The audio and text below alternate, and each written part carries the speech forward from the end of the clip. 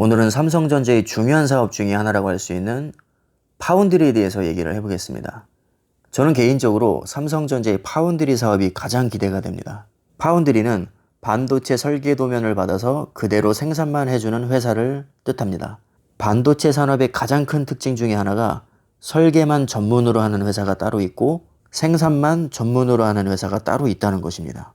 반도체를 설계만 하는 회사를 팹리스라고 합니다. 팹리스 업체에는 애플, 퀄컴, AMD, 엔비디아, 미디어텍, 브로드컴, 리얼텍, ARM이 있습니다. 이 밖에도 많지만 굵직한 회사만 제가 얘기를 해봤습니다. 자, 이름만 들어도 다 아실만한 회사들입니다. 팹리스 업체는 반도체 생산 공장 자체가 없기 때문에 자신들이 설계한 것을 파운드리 회사에 생산 위탁을 하게 됩니다.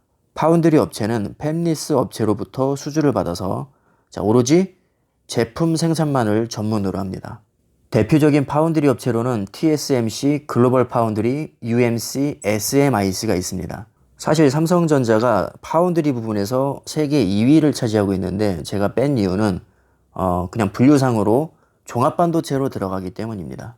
그러니까 앞에서 말씀드린 팹리스와 파운드리를 동시에 하는 업체를 종합반도체 업체라고 하는데 오늘 영상에서는 제가 분류하는 의미로 일단 삼성을 종합반도체로 넣겠습니다. 이 파운드리 업체 중에서 대만의 TSMC라는 업체는 삼성전자와 인텔도 넘보지 못할 정도로 압도적인 세계 점유율 1위입니다. 점유율이 무려 54%입니다. 속된 말로 지 혼자 다 해먹고 있습니다. 삼성전자와 인텔은 종합반도체 업체입니다. 설계부터 생산까지 스스로 해결할 수 있는 능력이 있는 회사들이죠. 비유를 하자면 팹리스는 그래픽 디자인 회사의 비유를 할 수 있고요. 파운드리는 인쇄소라고 할 수 있습니다. 뛰어난 인쇄 결과물을 얻기 위해서는 원본도 좋아야 하고 프린터 성능도 좋아야 합니다. 인쇄 성능에서 가장 중요한 요소 중에 하나가 DPI입니다. DPI는 대각선 길이 1인치 사각형 안에 들어갈 수 있는 점의 개수를 의미합니다. 당연히 DPI가 높을수록 같은 크기에 많은 점이 들어가기 때문에 더 세밀하고 선명한 표현을 할 수 있습니다. 반도체도 비슷한 원리입니다. 반도체에는 트랜지스터가 들어가는데 제조 공정이 세밀할수록 같은 웨이퍼 크기에 더 많은 트랜지스터를 넣을 수 있습니다. 자, 그렇게 되면 더 뛰어난 성능의 반도체를 만들 수 있습니다. 제조 공정이 세밀할수록 발열도 낮고요. 전기도 적게 소비합니다. 그래서 반도체 세계에서는 제조 공정이 곧 기술력을 의미합니다. 반도체 회로를 새기는 공정을 노광 공정이라고 하는데 지금까지는 불화 아르곤이 주력이었습니다.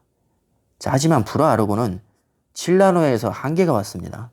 그래서 6나노 이하급에서는 불화 아르곤으로 더 이상 반도체를 생산할 수 없게 됩니다.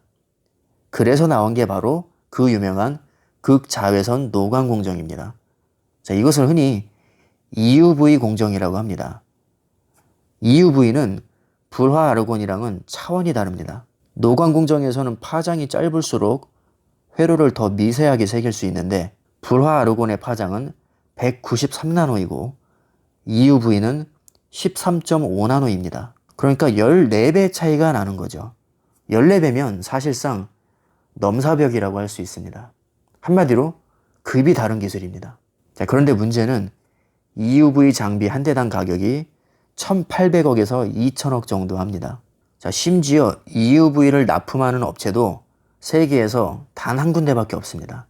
네덜란드 ASML이라는 업체인데 진입 장벽이 얼마나 높으면 경쟁 업체 자체가 없습니다. 그냥 말 그대로 독점입니다. 현재 세계에서 EUV를 가동하고 있는 회사가 단 2군데밖에 없습니다. 파운드리 세계 1위 TSMC와 세계 2위 삼성전자입니다. 심지어 세계 반도체 매출 1위인 인텔조차도 EUV 공정을 아직까지도 도입을 못하고 있습니다. 2021년 도입 예정인데 더 미뤄질 가능성도 좀 있어 보입니다. 자, 어쨌든 현재 파운드리 세계 시장 규모는 약 80조 원입니다. 이게 얼마나 큰 수치냐면 LG전자의 연매출이 62조입니다. 파운드리는 시스템 반도체 위주이기 때문에 시장 규모는 앞으로 점점 커질 수밖에 없습니다. 삼성전자의 목표가 2030년까지 TSMC를 꺾고 파운드리에서도 세계 1위를 하겠다는 것인데, 냉정하게 말씀드리면 아무리 삼성전자라도 이건 상당히 어렵습니다. 만약에 삼성전자가 TSMC를 꺾고 파운드리 1위에 올라선다면 아마 주가는 폭등할 겁니다. 현재 삼성전자의 파운드리 공장이 기흥에 2개, 화성에 3개, 미국의 오스틴에 1개가 있습니다. 총 6개죠. 자, 그런데 최근에 평택에 공장을 또 짓고 있습니다.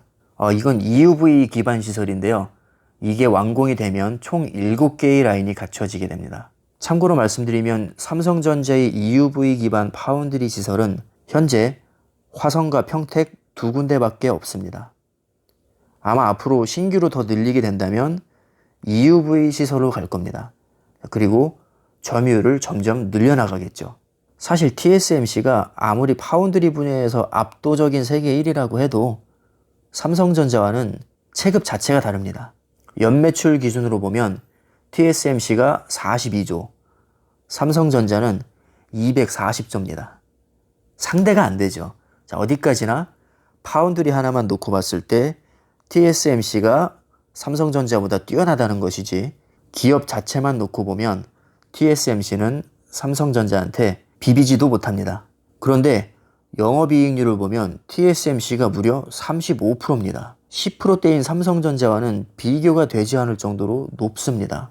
아마도 삼성전자가 파운드리 분야에 이렇게까지 공을 들이는 이유가 높은 영업이익률이 있는 것은 아닌가 개인적으로 추측을 해봅니다.